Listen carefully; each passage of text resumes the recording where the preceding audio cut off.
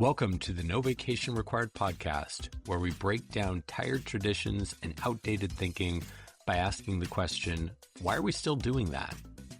It's all about building a life you don't need a break from, being more present and fulfilled, and showing up in a complicated world that needs your voice and unique talents. Why have so many people become habitually critical? A behavior that often stems from a place of personal insecurity or a learned negative mindset rather than from any actual flaw in another's actions. This cycle of constantly rejecting or undermining the efforts of others only serves to damage relationships and hinder people's progress. So today we're talking about that, and we're sharing our own getting called out for this very thing.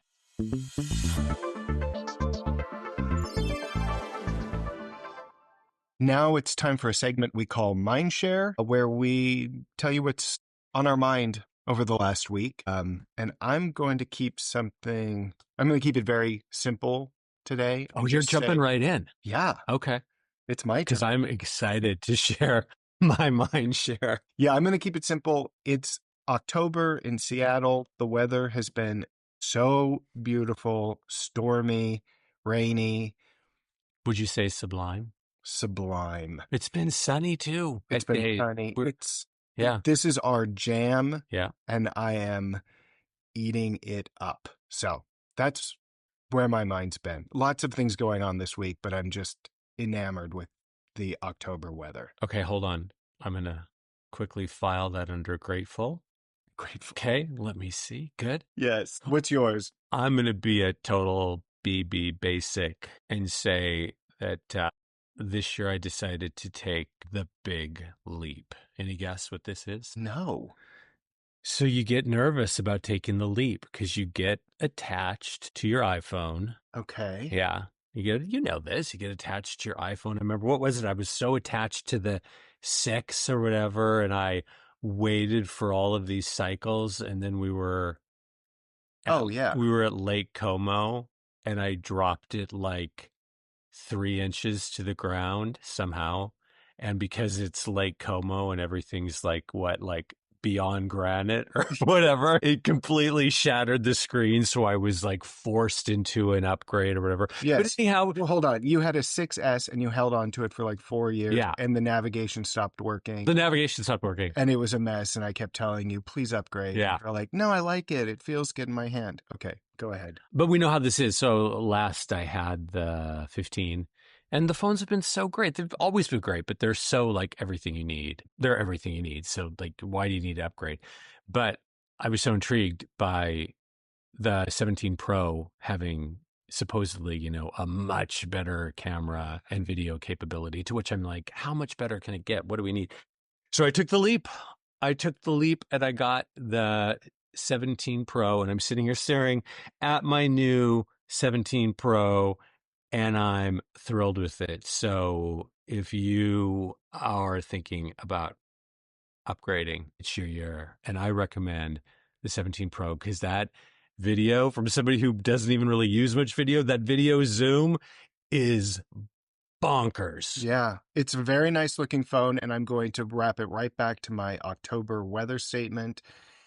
It's a very pretty orange, and it's totally on brand for the month. So that's true. If you want to make sure your accessories match the mood and you want to drop a lot of money to do it, this orange phone is super fall coated.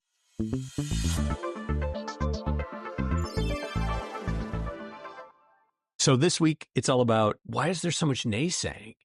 Yeah. And we get into this because we've been excited to talk about this, because in the work we do, I feel like I start out every episode, but this is what really motivates what we talk about, like what we see in the work we do, in the life we live, in what we learn. But in the work we do, people spend so much time being critical of everything around them. But she gets this, but they get that, but he's got this in their personal life, on their team.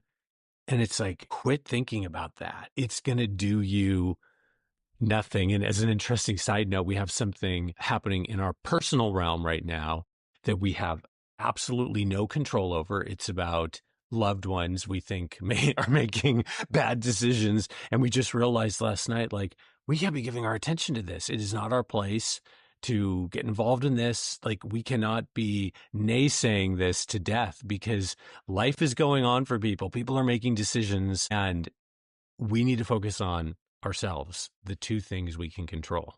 Yeah, I think this is a very important topic, especially in these times. Uh, Last week we talked about, wait, remind me, what did we talk about last week? It's right on the tip of my tongue. Yeah, we talked about being in the pool at the resort, and all the people with very traditional, successful jobs were just blown away by our working together.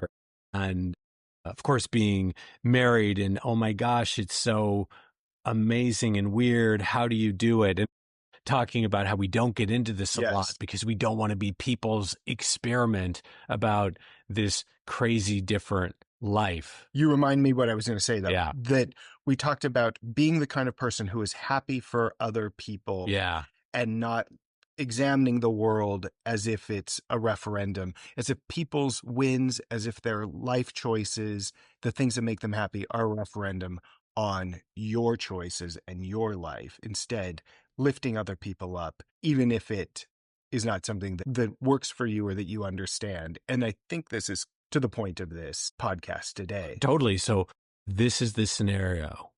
Picture this. We're having this conversation about, we really need to talk about naysayers because we just had this bubble up, not only in our personal life, but also in a corporate project we're working on, how so many people spend their time naysaying others. There's that part of the setting. And then there's this last podcast we did, where I guess you could say some people might perceive that we were being critical of people who take a more traditional path. So cue the email we got. I want to read you a part of it here. Okay, I'm writing this letter because I was disappointed, blah, blah, blah, blah, blah. Getting to the point of this, your questioning people's choice to pursue stable, conventional paths is not only judgmental, but it's also entirely unfair.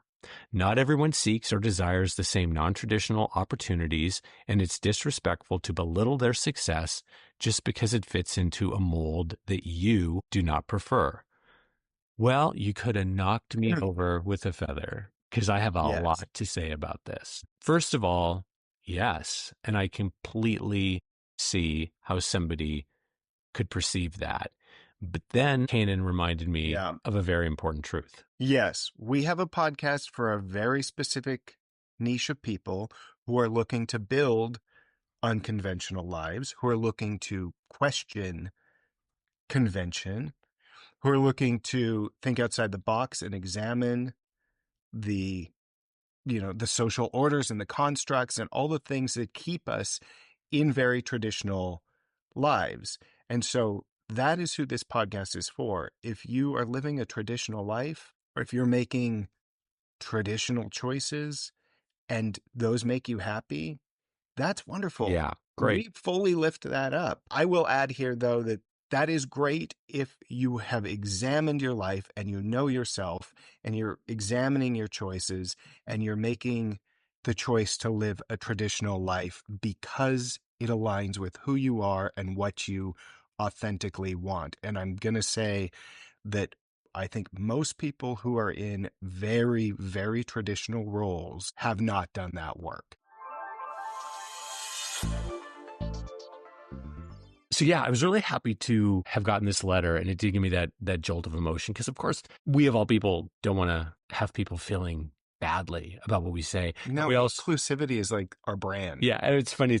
We kind of laugh too because a majority of the people we help, particularly the teams that we help, are people working traditional jobs. Yeah. So we're all for that. I really like what you said at the end of the last segment, that even a lot of people doing that haven't really examined what they're doing. And we got into this whole line of business because working only in the career and workplace realm, we couldn't believe how many people felt off purpose. So it's a little dual track. Like, yeah, we wish everybody well, and we understand that most people are in traditional marriages, traditional jobs, and that's great. But this is for people who aren't, or for people who want to examine that and who want to be sure. And honestly, this this reminds me of during the very important time of Black Lives Matter, the people who came back and said, wait a minute, that's really mean to white people because all lives matter. And then there was that big ridiculous debate like, well, of course, all lives matter, but white lives have been centered so much so that it's been institutionalized. And that's why now we're focusing on the lives of people of color. It's not to diminish white lives. And it reminds me so much of the situation. Like, no, we're not diminishing the traditional way. It's just that the traditional way is the established way. And it's Yes. the only way most people know. And I will go one step further and say that this is actually the way barriers come up. So I'm actually going to kind of turn this letter that, yeah, we want to consider that because we don't want to be naysayers. There's something we can take from this. But on the other hand, these are the exact kind of barriers that come up that keep people from actually examining. People quick to be like, don't call me out for having a traditional job. It's like, I ultimately see that as somebody putting up a barrier because Yeah. I'm not calling you out for that. We're just talking to an audience of people who want to explore these things on a deeper level. They want to reinforce the traditional choices they've made, or they want to examine other opportunities. This kind of putting barriers up is so prevalent in our society that it's funny when you start to question the established norm, a lot of these barriers, a lot Yeah. of this feedback is really about people's fear that that Yes. traditional way is going to change too much and put them at a disadvantage. Yeah. And there's the tone of that letter. And I too am glad we got it and want to reinforce that if you were in traditional roles or living a life that is traditional, this podcast is for you. There's a lot here for you, and nothing about what we're saying or talking about should make you feel like we're against your choices to live a traditional role. I'll just reiterate, as long as that's a choice. Yeah. And I think for a lot of people, it's not a choice. But you know what this is reminding me of? And this letter reminded me of a little bit. This whole kind of what about me, where this vibe that's so prevalent now where everybody's, I don't know if the right word is egocentric, but we'll just say they're centering themselves in literally everything that's going on. And it reminds me of, remember that thing that went viral about the bean soup recipe Completely. Yeah. where the woman did the bean soup for, I think, for like pregnant women who needed extra iron or who were menstruating or something. But there were all these comments. It went viral because the comments were like, well, what if I don't like beans? What can I replace the beans with? And it's a perfect example. Oh my God, it makes me laugh. It's a perfect example of this sort of what about me, where it's like, if you don't like beans, this bean soup recipe is not for you. If you're not, Yeah. whatever, a menstruating woman who needs more iron, this isn't for you. Yeah. So stop centering yourself. Don't comment. Don't ask. Don't get all negative about something that you Yeah. don't need to be getting negative about. And the only reason you're getting negative is because you're centering yourself and your own framework. This is crazy. I didn't know you were going to mention that example. Just this morning, Okay. I was looking for cookie recipe and I found a viral double chocolate cookie recipe, like 5,000 5-star reviews. Uh, and I saw this big dust up in the comments because somebody said to the author, tell me how I can make this work with almond flour. And people got back, and the author ultimately got back saying, like, oh, you're going to have to just look elsewhere because this doesn't work well with almond flour. And this person blew up in the comments. And it's like, this recipe doesn't have to be for you. Like, Yeah. this recipe doesn't work with almond flour. And now you're creating this complete chaos everybody's buying into. Yeah. There's practically a change.org petition to get this person removed from the forum, and it just sucks the life out of everything. Yeah, so that's a perfect to tie it back to that letter. Those are great examples of, this bean soup recipe isn't for you, and if you don't like beans, it's not a referendum on you. It has nothing to do with you. That the double chocolate cookie recipe that is not made with almond flour is not somehow implying that the Yeah. author doesn't like, I don't know, people who have gluten intolerance. Yeah. It has nothing to do with you. Yeah, that's So funny. stop centering yourself in it. If you are listening to a podcast about change Yeah. and about questioning The traditional path. don't get mad at us when it sounds like we might be denigrating traditional paths. Yeah. We're not, but we are challenging them. It's the whole point of the podcast. So, I mean, that's it. Stop centering yourself in things that have nothing to do with you. That'll make you happier. Okay, why is there so much naysaying? Kent, I'm putting you on the spot. What can we do about it? Why are we still doing naysaying, right? Yeah, I mean, we're always continuing our education so that our services and our knowledge level are as relevant and up to date as possible. And in preparing for this episode and in thinking about that letter we got, I just keep thinking of the tenets of positive psychology, which is something I studied over the last couple of years to keep my skills in prime shape. If you've been around, if you've looked at our book, this is not the silly, what is it, toxic positivity. No, it is mindful positivity. Studies have shown that when you apply positive emotions, they use the term positive emotions, to your own life and into your interactions with others, your well-being. I mean, in my program, I learned about the brain and body studies they did around positive emotions versus negative emotions. And it's insane how much more healthy for you, for your brain, for your being it is to have positive emotions rather than negative emotions. So joy, interest, contentment, curiosity for yourself and for other people is essential to growth. Positive emotions have the power to undo the negative physiological effects of stress. They increase your resilience. They, of course, enhance your health and well-being. They help you with creativity and problem solving, all of these things. So you want to not only give that to yourself, you want to give those positive emotions to other people, because in most cases, there is no reason to center yourself and to have this negative reaction. Caanan, I just love the way you put that. Like when you said, why would you respond to a podcast?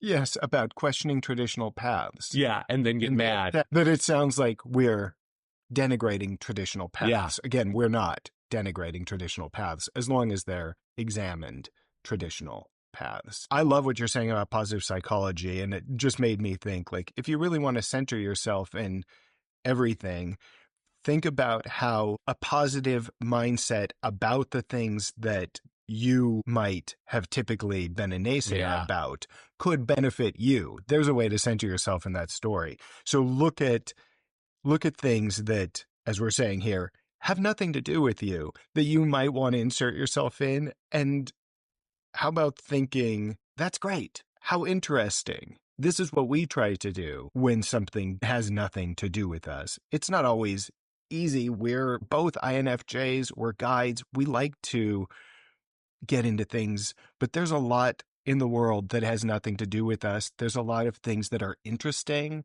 but aren't for us, and we look at and go like, "Oh wow, how interesting. That's great."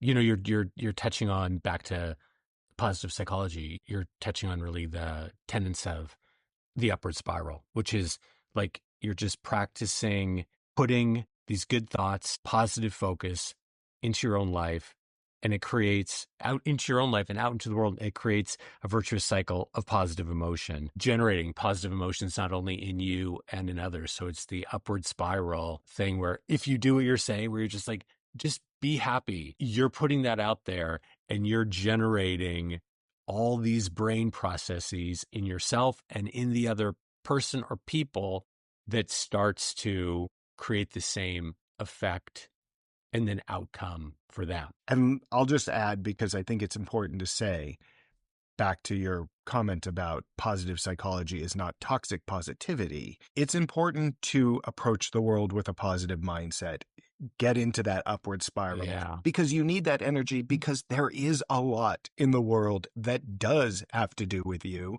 and does require critical thinking For sure. and is appropriate to be a naysayer about. And you need the energy to do that and focus on those things that really do matter. So this is not about avoiding or ignoring things that are objectively wrong or hurtful that need change. Yeah, for It's sure. about knowing that our podcast about questioning traditional values has nothing to do with you, so don't waste the energy. Yeah.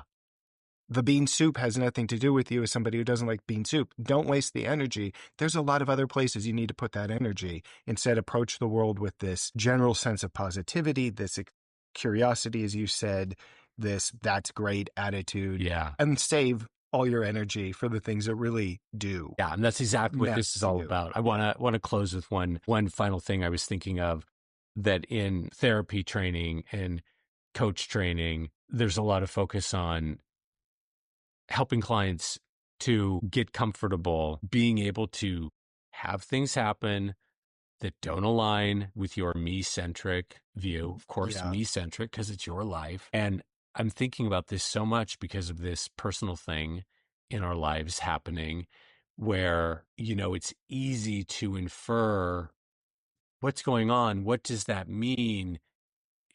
All of these things. But this coaching and therapy trick where you finally get your client after sessions and sessions and sessions to be able to view these disturbing to them things that other people do. Yeah. You get them to be able to realize I have no profound impact on this. It is not helping me to have all these negative thoughts. So I'm just going to say, I'm glad that makes you happy. Yeah. If you see the picture, the phone call, the whatever, as long as there's nothing illegal going on, I'm glad that makes you happy.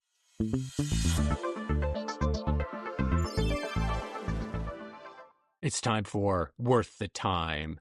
And we have a hyper local version of Worth the Time, which is kind of fun. So we haven't been to the Museum of Flight in about a decade. A long time. Yeah. And we recently had the ability to get back there.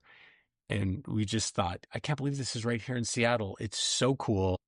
It's the largest independent nonprofit air and space museum in the world with over 175 aircraft and spacecraft, artifacts, photographs, exhibits. Great for the entire family, great for kids, all that awe, and great for adults. I mean, we got to go on a Dreamliner. We got to go on the first 747. We got to go on one of the Air Force Ones. We got to go on a model, not a model, an actual Concorde. So it's amazing. So if you're in Seattle or you're visiting Seattle, get the Museum of Flight on your itinerary. By the way, this is not promotional. This is just us telling you the Museum of Flight is really cool. I have two things to say about it. One, if anybody out there knows why the Concorde hasn't come back and we can't fly supersonic anymore, please explain that to us, because it makes me mad. Yeah. Not that we could afford the Concorde, but I just want to live in a world where you can get to London in whatever, 3 hours. That's crazy. Right now, the Museum of Flight has a very cool art installation. Wait, I have to look this up. What's it called? The MIG 21 project.